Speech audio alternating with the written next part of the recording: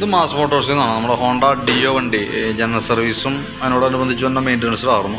അപ്പോൾ work complete ആയിട്ടുണ്ട്. അതിന് ശേഷം നമ്മളതിൻ്റെ എൻജിൻ റൂമിൻ്റെ ഭാഗവും അതിൻ്റെ ഫ്രണ്ട് ബാറ്ററി ബോക്സ് വന്ന ഭാഗമൊക്കെ നല്ല രീതിയിൽ ചെളിയൊക്കെ ഉണ്ടായിരുന്നു. അപ്പോൾ അത്യാവശ്യം അതെല്ലാം നമ്മൾ അഴിച്ചിട്ട് ക്ലിയറായിട്ട് വാഷ് ചെയ്തിട്ടുണ്ട്. അതിൻ്റെ ഫ്രണ്ട് ഭാഗമൊക്കെ ഫുള്ള് ക്ലീൻ ചെയ്ത് വാഷ് ചെയ്തിട്ടുണ്ട്.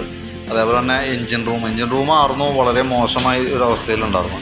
അപ്പോൾ അത് നല്ല പക്കയായിട്ട് ക്ലീൻ ചെയ്തിട്ടുണ്ട്. അത്യാവശ്യം നല്ല രീതിയിൽ തന്നെ ക്ലീൻ ചെയ്തെടുത്തിട്ടുണ്ട്.